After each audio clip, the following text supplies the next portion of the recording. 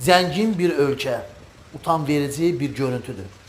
İlham Əliyev niye bu Azərbaycanda olan gəlirdən Azərbaycan üçün texnika almır? Niye? Səbəb? Niye?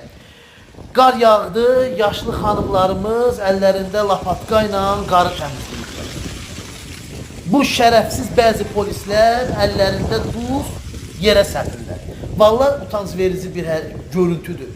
Mən utanıram, şəxsən mən Azərbaycanda olduğum üçün utanıram ki, bu qədər zənginliklə məşhur olan bir ölkə, Türkiye'ye pulsuz qaz verən, başqa ölkələrə pulsuz qaz verən bir ölkə, nefti ilə, hər bir zənginliyi ilə tanınan bir ölkə, nədənsə bir texnika alıb, İlham Əliyev bir texnika alıb, yollara duz səpməkdən ötəri o texnikadan istifadə eləmir.